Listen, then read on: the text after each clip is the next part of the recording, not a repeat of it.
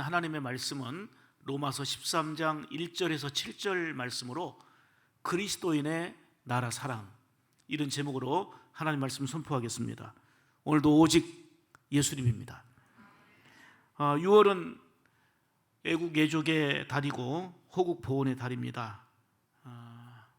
나라와 민족을 사랑하고 지키기 위해서 수많은 사람들이 희생을 당했고요, 희생당한 분들의 공훈을 기리고 보답하고 그 가족들을 돌아보는 뜻깊은 그러한 달이기도 합니다. 특별히 6일은 현충일입니다. 잘 아시다시피 현충일은 목숨을 바쳐서 나라를 지킨 분들의 그 충성과 헌신을 기념하는 날이기도 합니다. 특별히 6월을 맞이해서 우리가 어떻게 하는 것이 나라를 사랑하고 그리스도인으로서 바른 자세를 지니는 건가, 오늘 하나님의 말씀을 통해서 조명해 보려고 합니다. 6월에는 정말 6.25라고 하는 끔찍한 이 전쟁에 참사가 있었고 수많은 사람들이 희생당하는 아픔과 고통을 겪었습니다. 이러한 처참한 상황 가운데서도 하나님의 도우심으로 우리나라는 이렇게 눈부신 발전과 번영을 이루어오게 됐습니다. 1950년대 전쟁 직후에는 세계에서 가장 가난한 나라가 대한민국이었고, 또 60년대까지만 해도 오히려 북한이 우리나라보다 더 잘 살았다고 했으니까요. 나라 사랑, 이것은 국민으로서 그리고 또한 그리스도인으로서 당연한 의무입니다. 특히 그리스도인은 나라를 사랑하는 일에 앞장을 서야 합니다.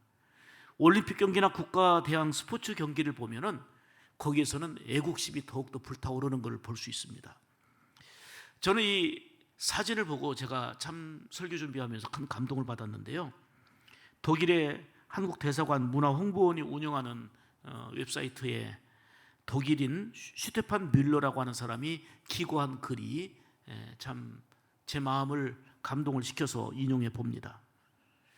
나는 어느 여름날 우연히 사진 한 장 때문에 한민족에 얽힌 엄청난 이야기를 접하게 되었다. 1936년 베를린 올림픽 마라톤 경기에서 2명의 일본인이 1등과 3등을 차지했다. 하지만 시상대에 오른 두 일본인의 표정은 인간이 지을 수 있는 가장 슬픈 표정이었다. 왜 두 사람은 슬픈 표정으로 금메달, 동메달인데 시상대에 서 있었을까? 그들은 바로 일본의 식민지 지배를 받고 있던 코리아의 손기정과 남승용이라는 젊은이였다. 시상대에 오른 그들의 가슴에는 일장기의 붉은 원이 붙어 있었다. 그리고 일본 국기가 개양되었다. 두 사람은 금메달을 수상하고 동메달을 수상하는 영광스러운 자리인데 얼굴을 푹 숙이고 있었다. 그들은 부끄러움과 슬픈 얼굴에 아무에게도 보이고 싶지 않았던 것이다. 여러분, 저 사진을 보세요. 맨 앞에가 3위를 한 남승용 선수고 가운데가 우승을 한 손기정 선수입니다. 올림픽의 금메달, 동메달 얼마나 영광스럽고 자랑스럽습니까? 근데 시상식에 그 시상대에 올라와서 너무나도 창피하고 부끄러운 표정을 짓고 있는 모습이 바로 독일인의 눈에도 비춰졌던 겁니다. 왜 그랬을까? 여기에 따른 일화를 보니까 맨 앞에 있는 남승용 3위를 한 선수는 3위 했기 때문에 부끄러운 게 아니고, 그나마 1위를 했던 손기정 선수는 지금 여기에 가려져 있어 갖고 일장기가 보이지 않아서 그나마 부럽다는 거예요. 근데 나는 맨 앞에 있어 가지고 일장기가 그대로 보여지니까 너무너무 속상하고 너무너무 슬펐다는 것입니다. 여러분, 이 사진 한 장은 우리에게 나라가 얼마나 소중한가를 깨닫게 하는 거예요. 올림픽에서 당당 금메달을 땄고 동메달을 땄지만서도 고개 들지 못하는 것은 나라를 뺏긴, 나라가 없는 선수의 모습일 수밖에 없는 것입니다. 나라는 마치 울타리와 같은 겁니다. 양은 울타리 안에 있을 때에 보호를 받게 되고 안전한 거잖아요. 이처럼 국민도 나라 안에 있을 때 보호받고 평안한 거지, 별소리 다 해도 나라 잃어봐요, 나라 없어봐요, 우리의 자유가 있습니까? 우리 외침이 무슨 의미가 있겠습니까? 지금 지구상에는 나라를 잃어버린 민족들이 독립을 꿈꾸며 애쓰고 있지만 뜻한 대로 되지 못하고 울타리를 잃어버린 양들처럼 불안과 그리고 염려 속에 사는 그런 민족들이 많이 있습니다. 개인이 그리고 성공하고 출세하는 것도 중요하지만 먼저 나라가 있고서입니다. 가정과 기업의 부흥 발전도 필요하지만 그것도 나라가 있고서입니다. 슈테판 뮬러는 또 다른 사진을 소개하면서 글을 이어갑니다. 아까 올림픽이 지난 이제 52년이 지난 1988년 88 서울 올림픽 개회식 때 백발이 성성한 손기정 씨가 3살 배기 어린아이처럼 덩실덩실 춤을 추며 손에 성화를 들고 달립니다. 이제 노인이 됐는데 백발이 성성한 손기정 씨가 성화 주자가 되어가지고 어린아이처럼 기뻐 뛰며 올림픽 금메달 땄을 때는 일장기를 달고 부끄럽고 너무 괴롭고 힘들었는데 백발 노인이 되어서는 그냥 이렇게 성화 주자로서 이게 바로 나라가 있는 기쁨이고 나라 안에서 누리는 기본적인 의식조차 하지 못했던 자유와 평안인 것입니다. 손기정 왕이 올림픽 성화를 들고 달리면서 그렇게 춤췄던 이유가 뭡니까? 이 사진을 통해서 우리는 정말 나라가 소중하다는 것을 더욱더 깨닫게 되고 나라를 위하는 그리스도인이 되어야 될 뿐만 아니라 나라를 소중히 여겨야 될 존재임을 다시 한번 실감하게 됩니다. 외국에 가면 우리나라 이 국력이 참 신장됐다는 것을 실감하거든요. 몇 년 전의 일입니다만은 터키, 이탈리아 지역을 갔을 때 일입니다. 그때 가이드가 한 말이 생각이 납니다. 요즘은 우리 친정이 잘 살고 있기 때문에 친정 대한민국이 잘 살고 있기 때문에 현지에서도 그렇게 대접받는다는 거예요. 그렇게 인정받는다는 거예요. 그리고 가이드인 자기들이 그렇게 힘이 있다는 거예요. 우리는 국민으로서 나라를 사랑하고 소중하게 여겨야 합니다. 나라를 잃어버리면 다 잃어버리는 거예요.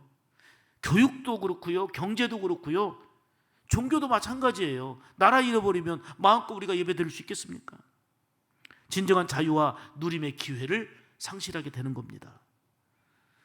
선우라고 하는 결혼 정보 회사가 있더라고요. 여기는 미혼 남녀를 대상으로 해서 설문조사를 했는데 결혼 조건으로 이민 가능 여부를 내건 사람이 56%고요. 결혼 후에 이민의 뜻을 내비친 사람이 71%였습니다. 할 수만 있으면 이민 가려는 풍조가 만연한 겁니다. 물론 최근에 와서는 역이민 현상도 나타나고 있습니다만은 우리나라는 이미 나라를 잃은 아픔을 겪었던 경험이 있는 나라입니다. 나라를 잃은 선조들은 만주로 하와이로 이민길을 떠났습니다. 이거는 어려움을 피하기 위해서만 간 게 아니고 나라를 되찾으면 반드시 돌아오겠다고 결심하며 떠났고 그곳에서도 독립운동을 하고 그곳에서도 애족운동을 했습니다. 그런데 오늘날의 많은 사람들은 이렇게 풍성하고 넉넉해졌지만 대한민국이라는 나라에 대한 불만을 가지고 이민 가려는 사람들이 점점 늘어나고 있다는 현상입니다. 과거에 비해서 눈부신 발전을 했지만 애국의 마음, 애족의 마음은 너무나 식어져 버렸습니다. 코로나19로 심각한 상황이 계속되면서 정말 이거는 세계적인 팬데믹 현상이잖아요. 나라에서는 국민들을 위해서 얼마나 애쓰고 사실 수고하고 있습니까? 코로나 검사도 무료로, 백신도 무료로 공급하면서 어렵고 힘든 상황 속에서 백성들을 보호하고 국민들을 지키려고 나름대로 애를 쓰고 있습니다.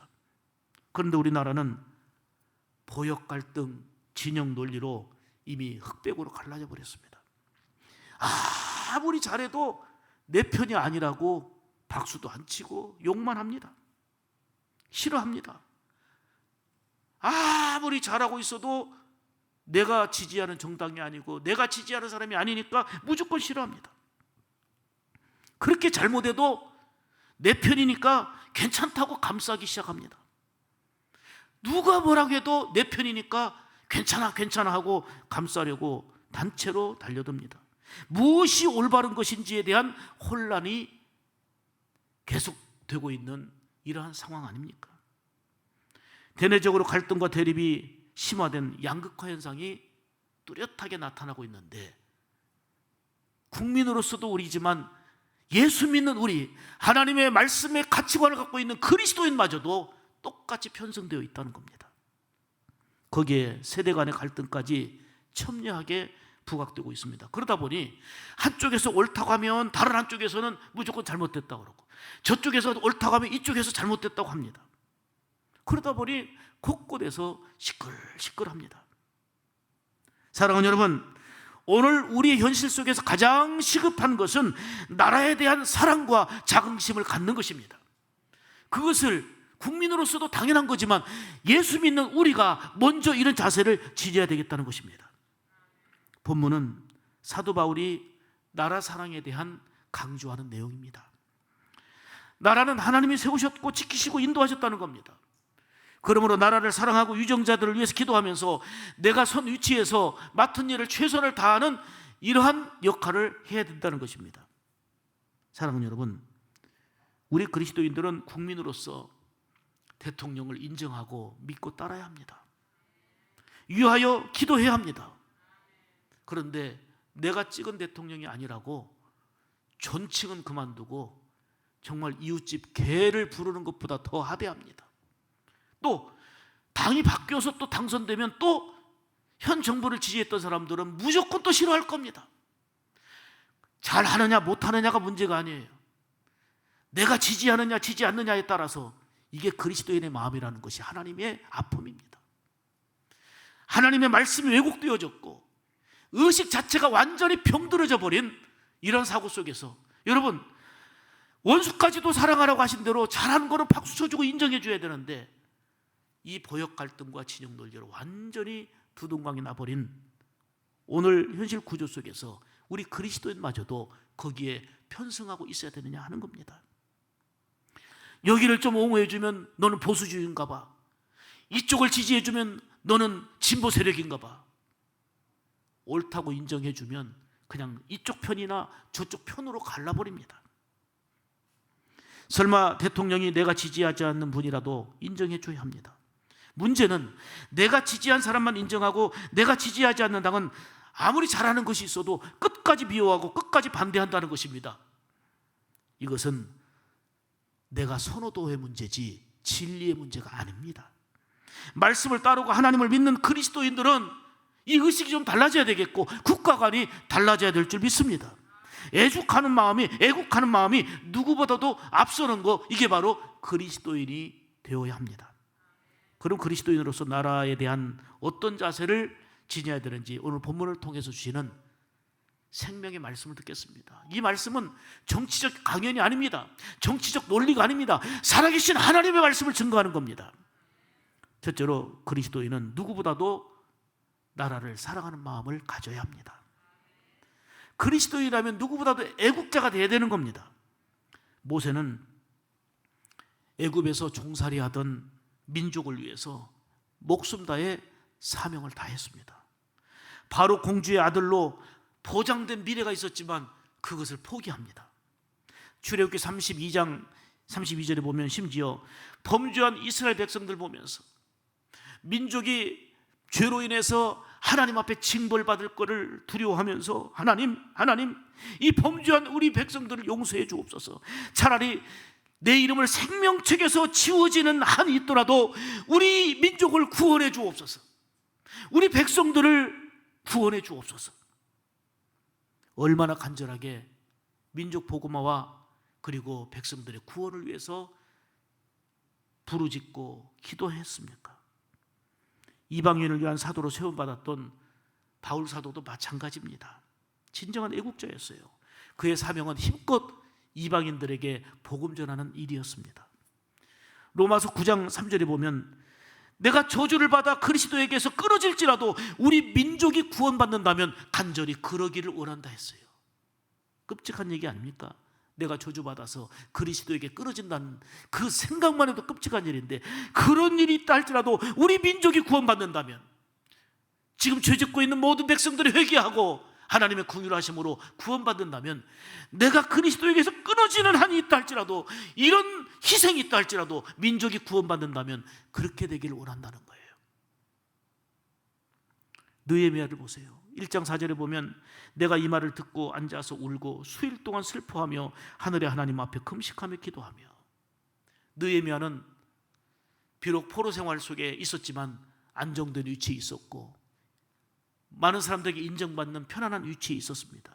그런데 고국에 다녀온 사람들로부터 지금 고국이 큰 어려움과 고통 가운데 처했다는 걸 알고 안타까운 소식을 듣고 수일 동안 울고, 아까 말씀 보여주세요. 이 말을 듣고 수일 동안 울고 슬퍼하며 우리 하나님 앞에 금식하며 기도했다는 거예요. 나는 지금 편안하게 살고 있지만 우리 민족이 고통당하고 있고 민족에 아픔이 있는 것을 여야가 문제가 아니에요. 수일 동안 울며 금식하며 하나님께 기도했던, 이처럼 성경의 사람들은, 믿음의 사람들은 애족하는 사람들이고 애국하는 사람들입니다. 프랑스의 한 병사가 전쟁 중에 가슴에 이 총탄이 박혀가지고 그 총알을 빼내는 수술을 했습니다. 그런데 수술실에서 이 병사가 이렇게 말했어요. 총알을 빼냈는데 좀 더 깊이 이 가슴을 째보십시오. 내 가슴 속에는 사랑하는 조국이 들어있습니다. 총알을 빼내는데 내 안에 나라 사랑하는 마음이 들어있다는 거예요. 브라우닝 시에도요, 내 마음을 열어보면 마음 깊이 새겨진 한 이름이 있는데 그 이름은 바로 나의 사랑하는 조국이다. 사랑하는 여러분, 우리 그리스도인들의 마음 깊은 곳에서는 나라를 사랑하는 애국과 애족의 마음으로 가득해야 될 줄 믿습니다. 소중한 대한민국에 대한 감사와 뜨거운 사랑이 그리스도인으로서 우리 마음속에 더욱더 가득 차 올라야 될 줄로 믿습니다. 그 다음에 두 번째로, 그리스도인은 누구보다도 나라를 위해서 기도해야 합니다.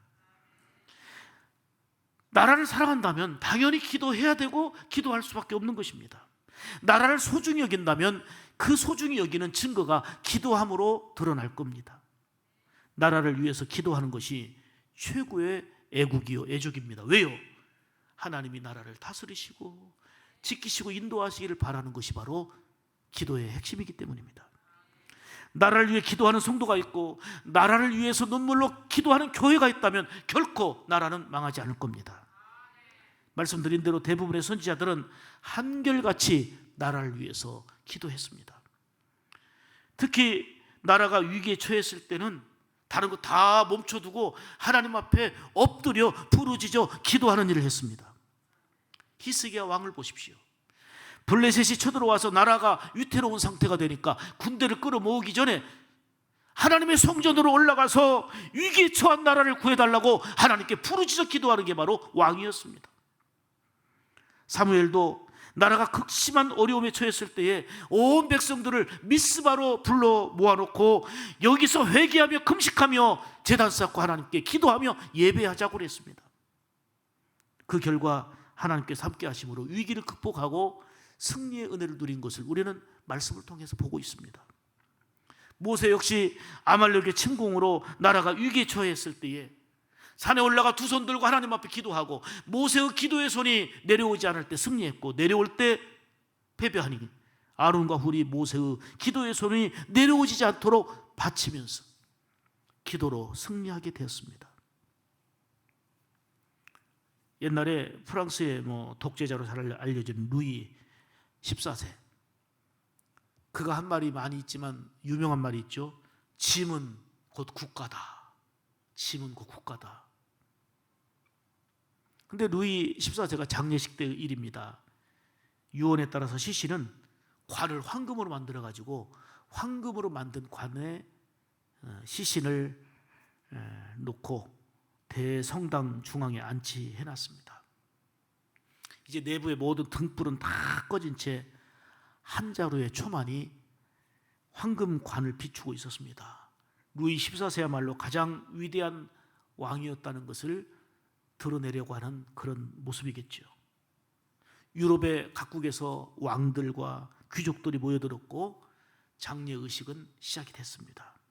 이때 돌연히 집례하던 사제가 초를 끄며 크게 외쳤습니다. 이거는 루이 14세를 높이기 위한 말이겠지 했는데, 이때 집례하던 사제가 초를 끄더니 이런 말을 했어요. 오직 하나님만이 영광이 빛나는 위대한 왕이십니다. 우리 하나님을 왕으로 모시고 섬길 때만 우리에게 희망이 있습니다. 그렇습니다.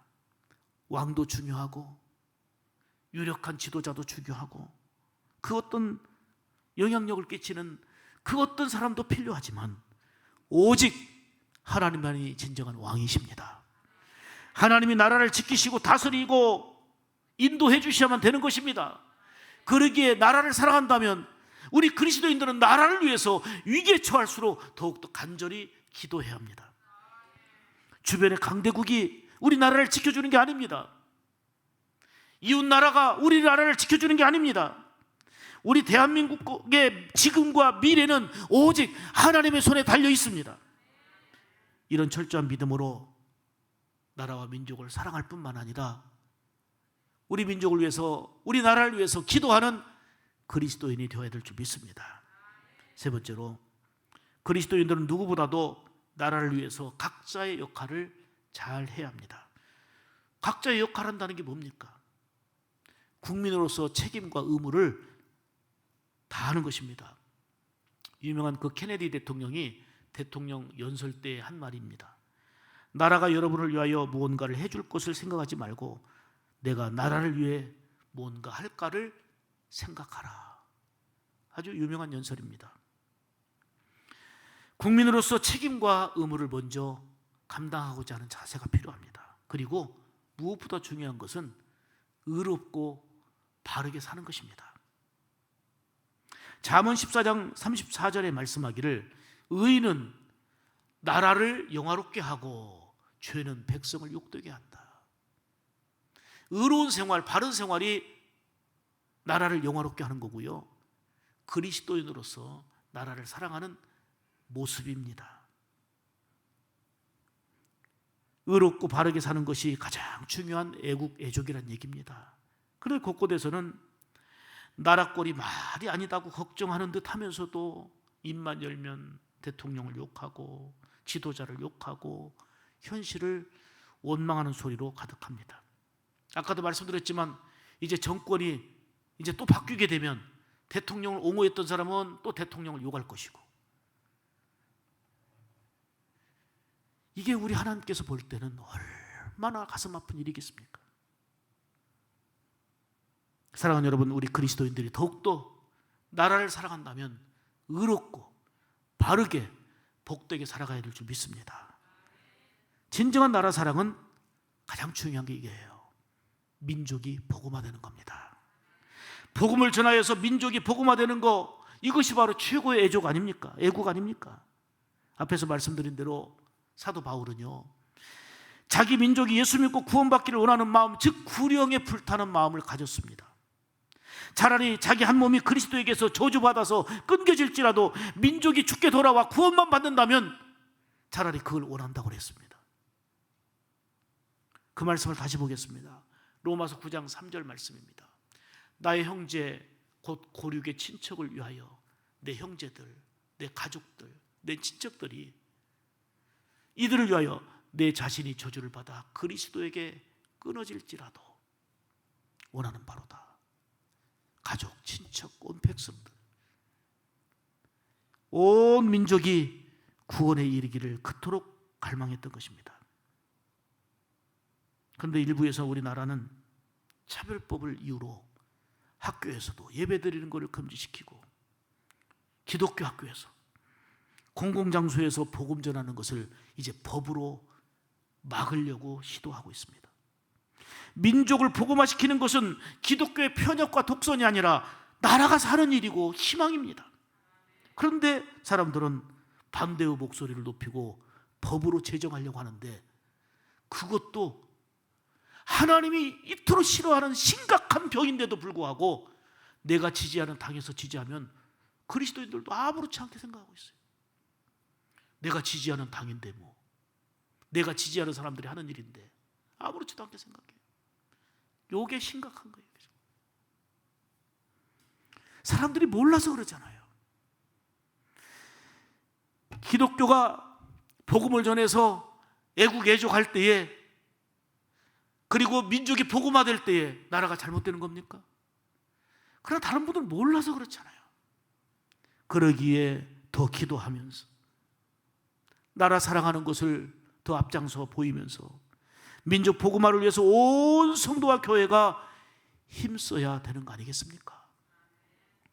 1967년 유명한 전쟁이 있었죠. 이스라엘과 이집트를 비롯한 연합군들과의 전쟁입니다. 3차 중동 전쟁인데 소위 7일 전쟁이라고도 합니다. 일주일 전쟁.